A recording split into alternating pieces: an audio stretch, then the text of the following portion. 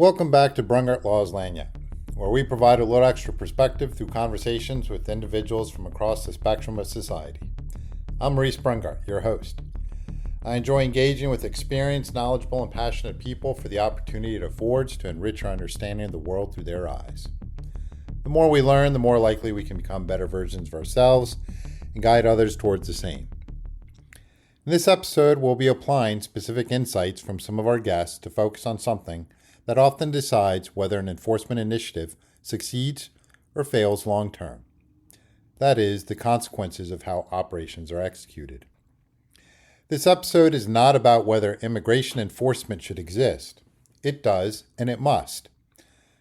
The underlying question is, how do large-scale operations get executed, organizationally, so they achieve the objective without triggering second and third order effects that make the mission harder, costlier, and in some cases counterproductive?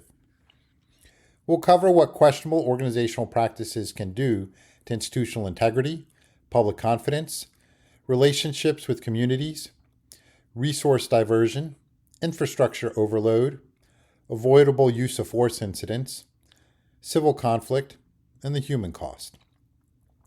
We'll also contrast with operations that are widely described as productive, such as the annual U.S. Marshals Fugitive Arrest Operation, known as North Star, and Homeland Security's major multinational investigation, known as Operation Delego. We'll also use a cautionary analog, the Los Angeles Police Department's crash anti-gang units.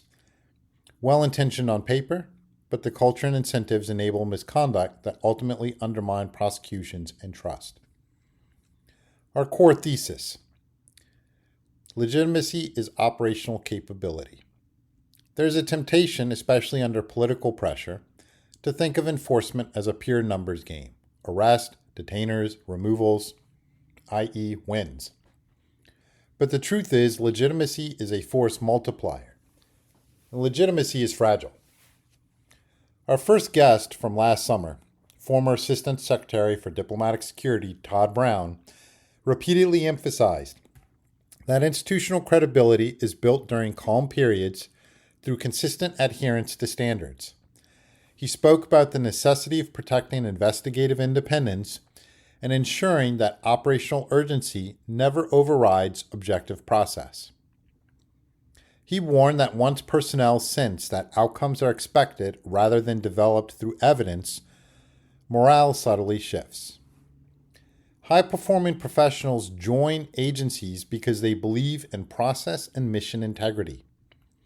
If that integrity is perceived as compromised, the organization does not just risk reputational damage externally, it risks quiet disengagement internally.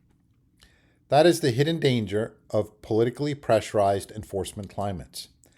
Not open rebellion, but silent erosion.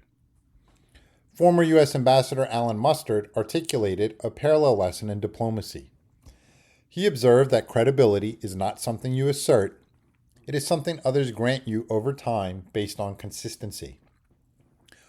Once foreign counterparts doubt neutrality or reliability, the United States government's leverage narrows.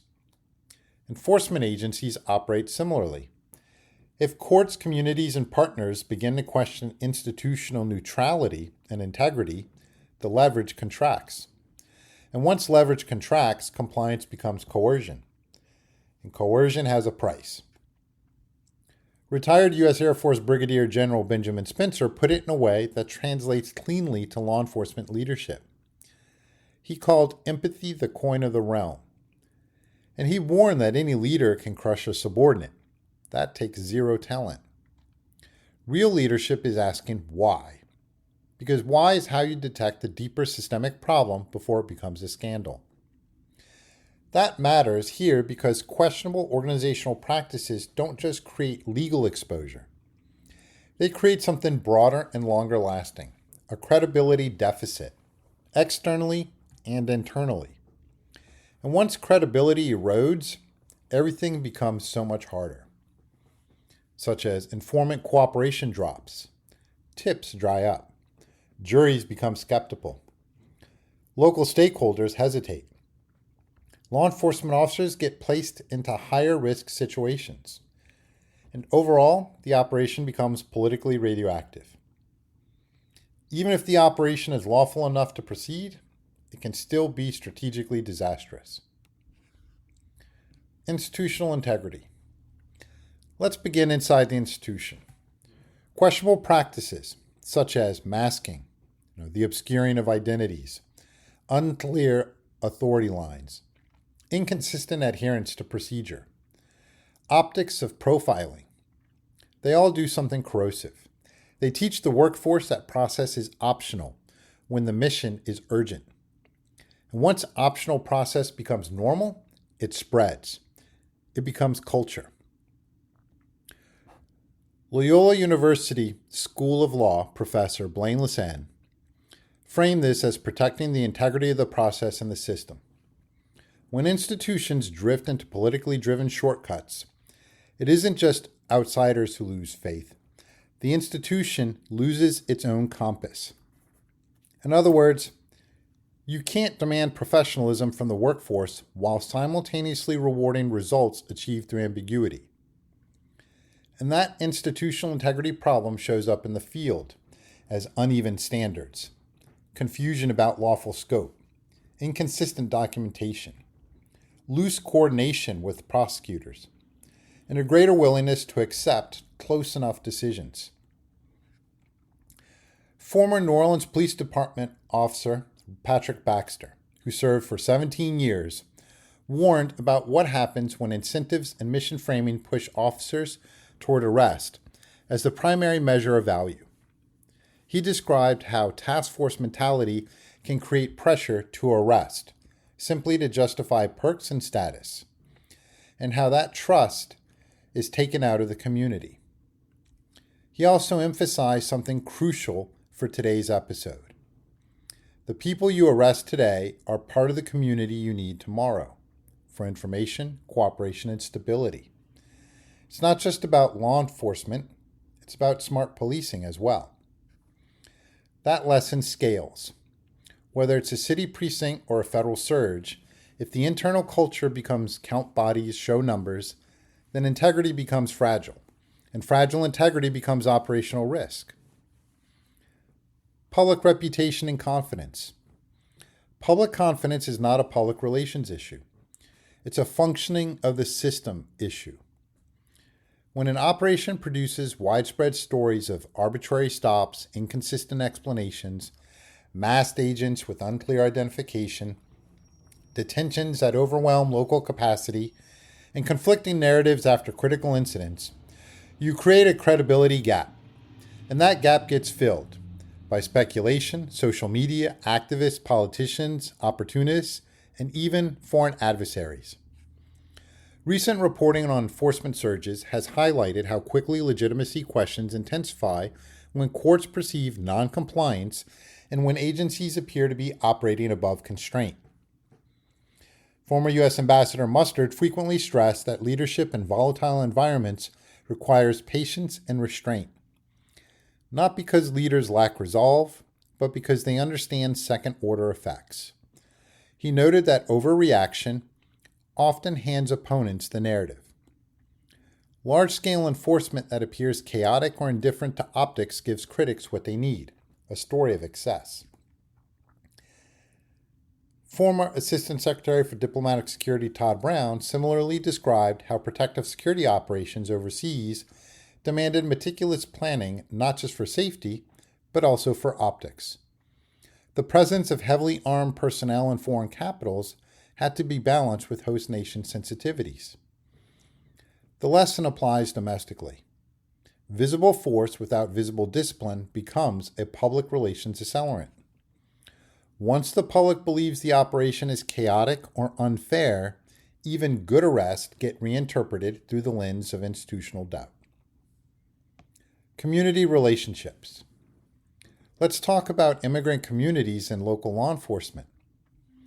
Local police, especially in cities, often rely on community reporting to solve violent crime.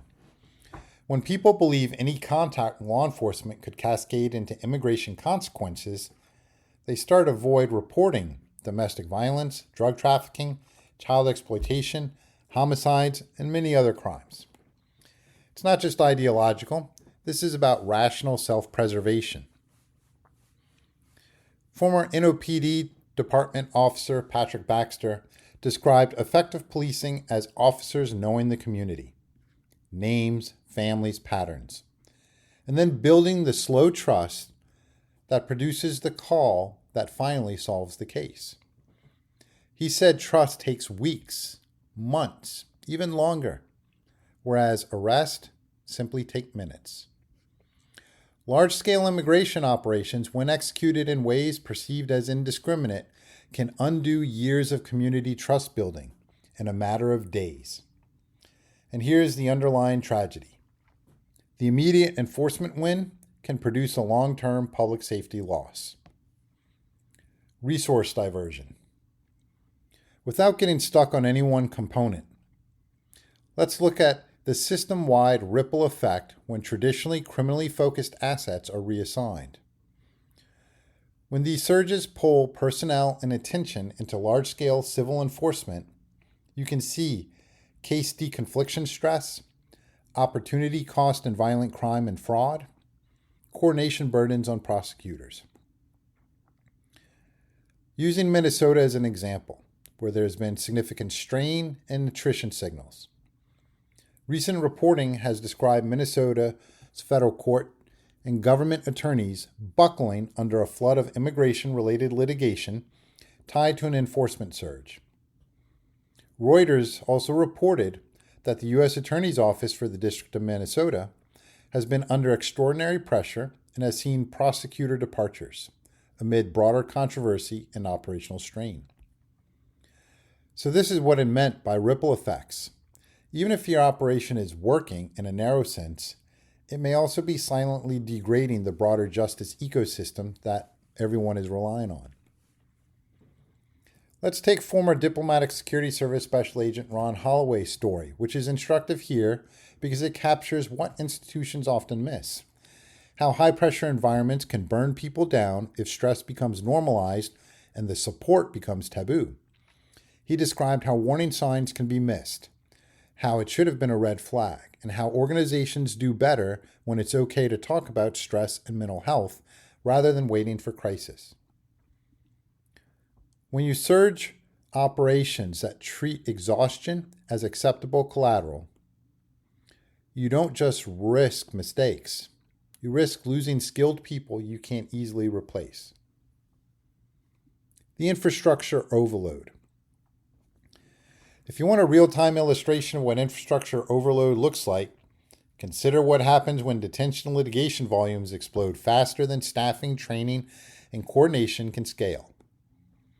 In widely reported Minnesota proceedings, a government attorney detailed into this system described a breaking point, saying essentially the workload and the system felt unmanageable, and that being held for contempt of court would feel like a relief because it would actually mean sleep.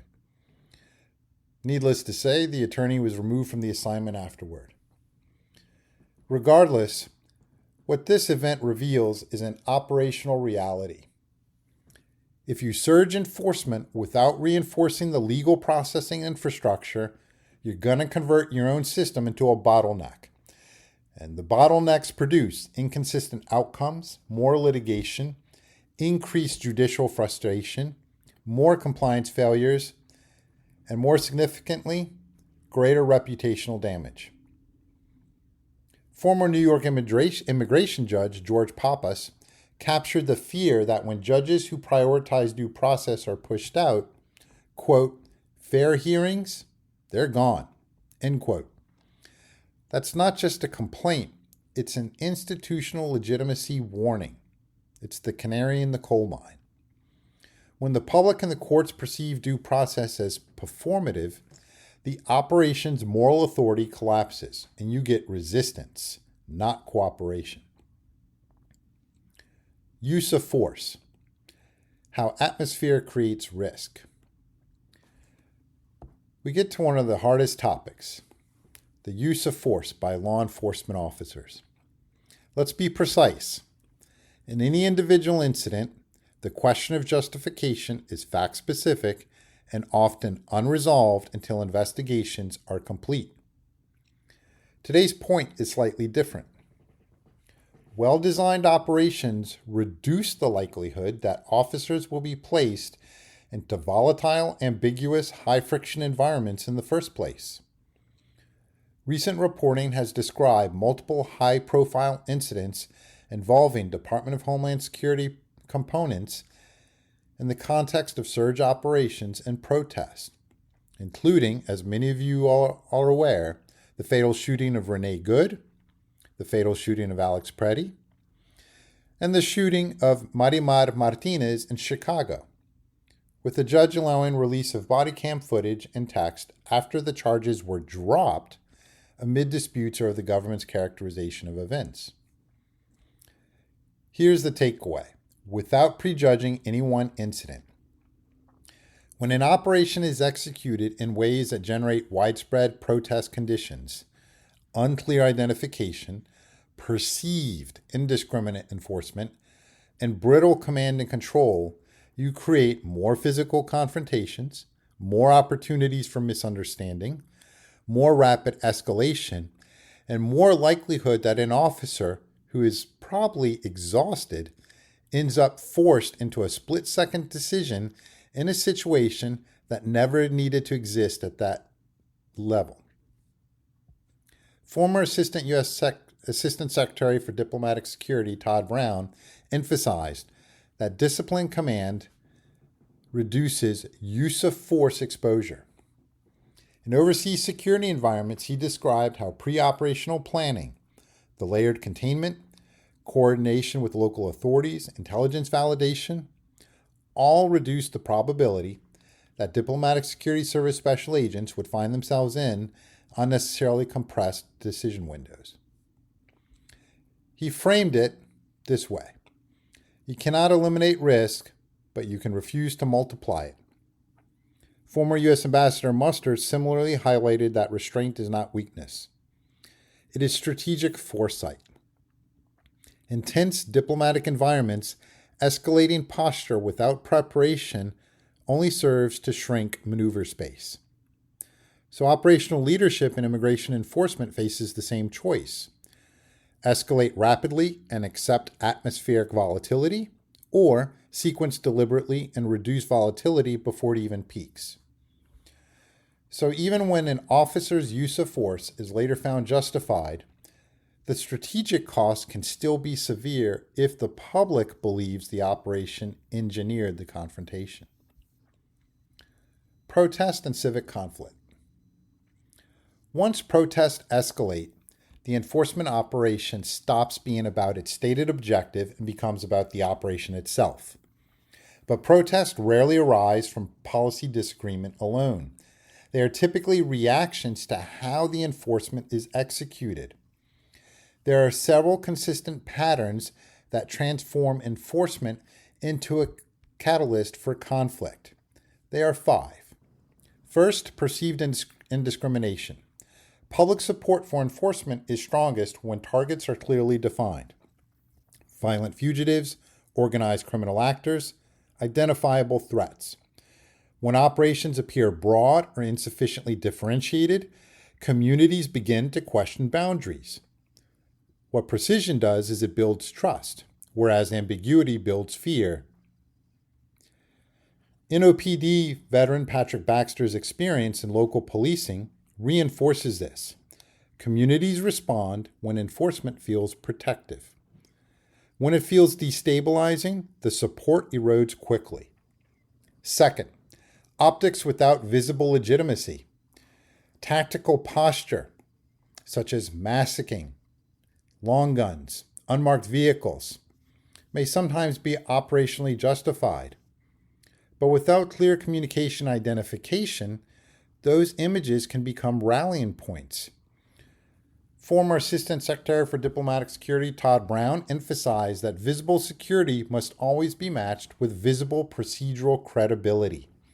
Otherwise, the presence is interpreted as escalation. Third, narrative instability. Former U.S. Ambassador Alan Mustard warned that unsynchronized interagency messaging during crises, invites confusion. If the courts, prosecutors, and enforcement agencies appear misaligned, narrative vacuums form, and others fill them. Protest then reframes itself around process, legitimacy, and accountability rather than the underlying policy question. Fourth, local spillover. Large-scale federal operations impose cost on cities and states, court strain, policing protest, economic disruption. Local leaders are then forced into public positions, and what began as enforcement becomes a federal-local conflict. Once that happens, polarization deepens. And finally, escalation loops.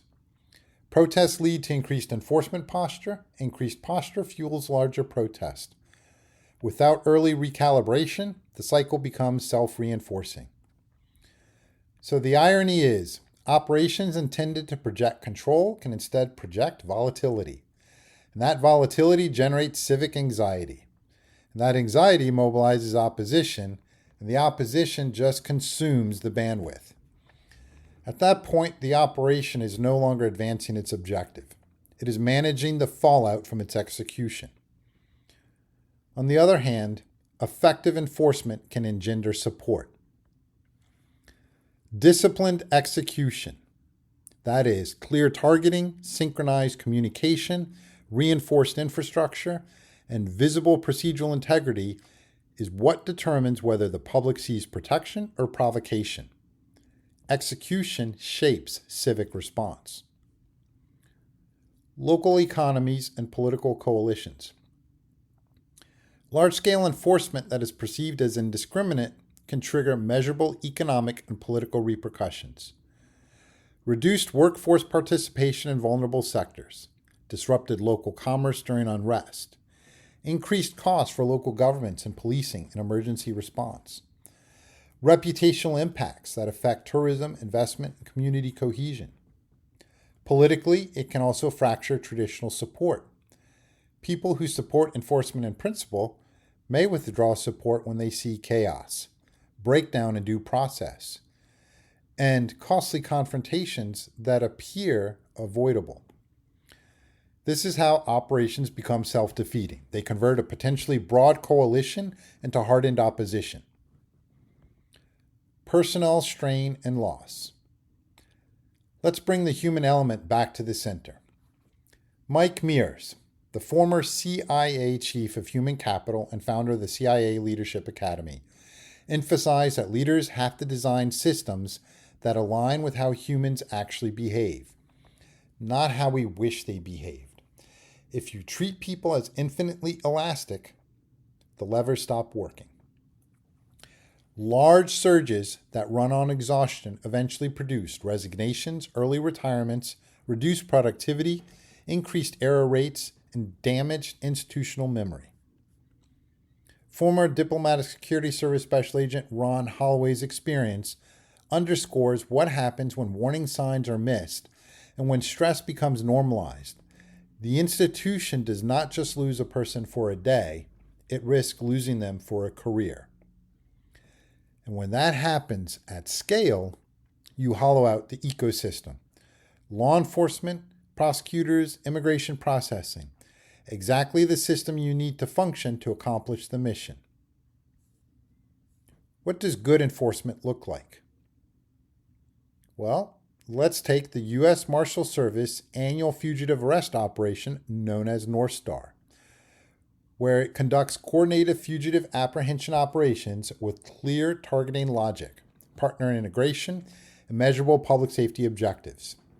In its end-of-year reporting, the U.S. Marshal Service describes large volumes of fugitive arrest and warrants cleared, evidence of sustained operational capacity built around partnerships and defined priorities. The point here is the design, targeted, intelligence-driven, coordinated, and integrated with the justice system.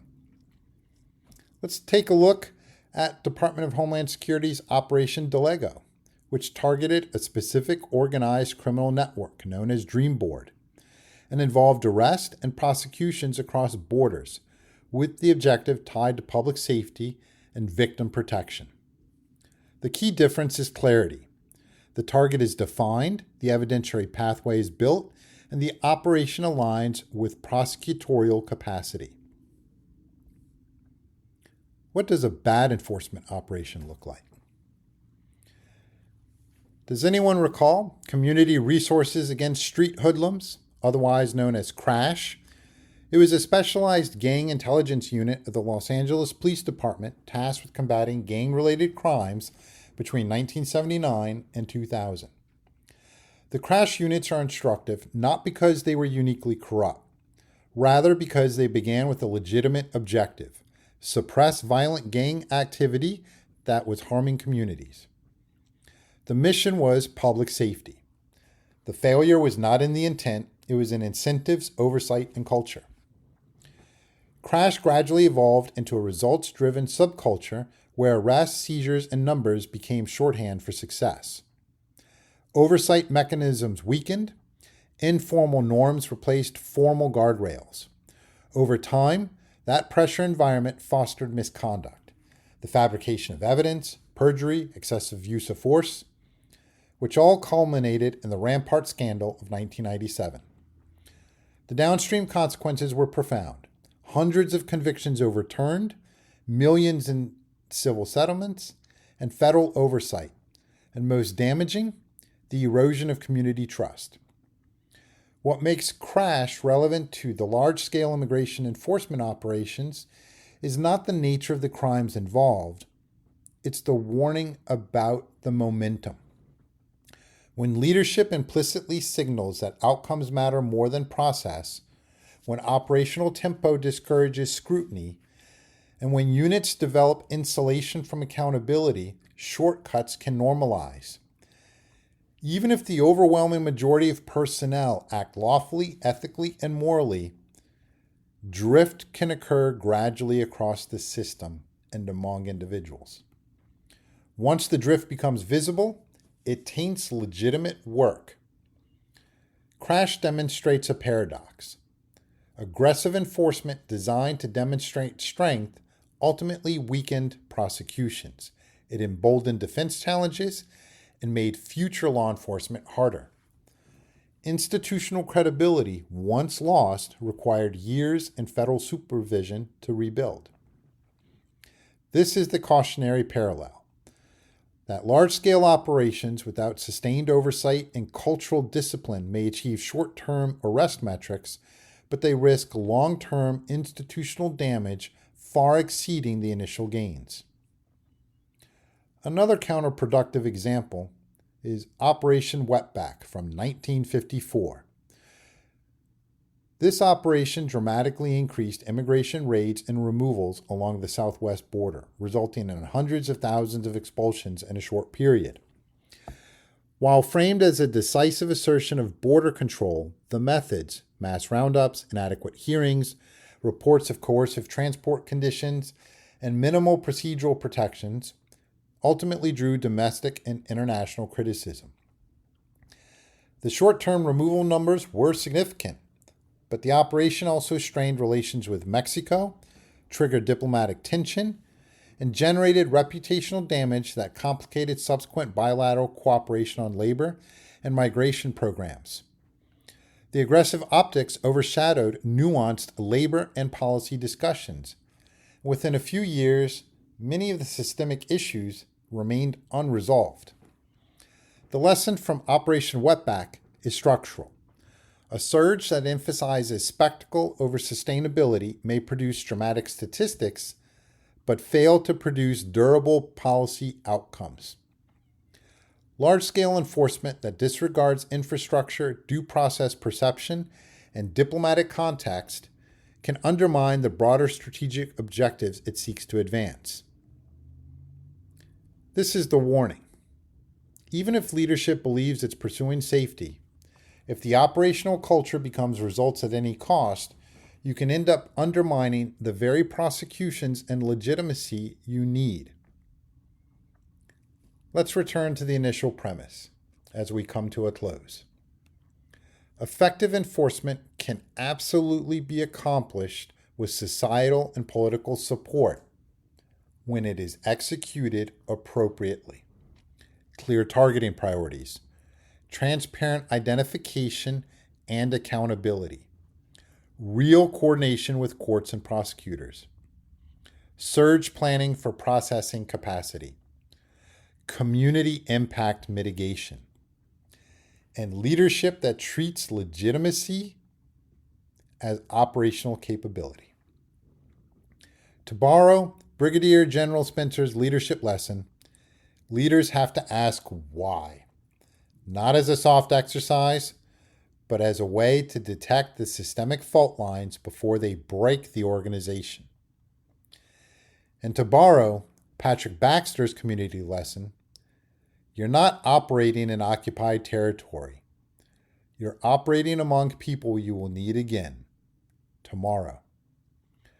So when questionable organizational practices create a credibility deficit, the operation becomes its own obstacle. It becomes counterproductive. And that is a decisive cost with long-term implications which leaders need to take into consideration. Thanks for listening. If you found this useful, share it. And join us next time as Brungart Law's Lanyap continues to explore leadership and decision-making practices through conversation and introspection, because the devil is always in the detail. Gratitude to you, my audience, for your continued interest.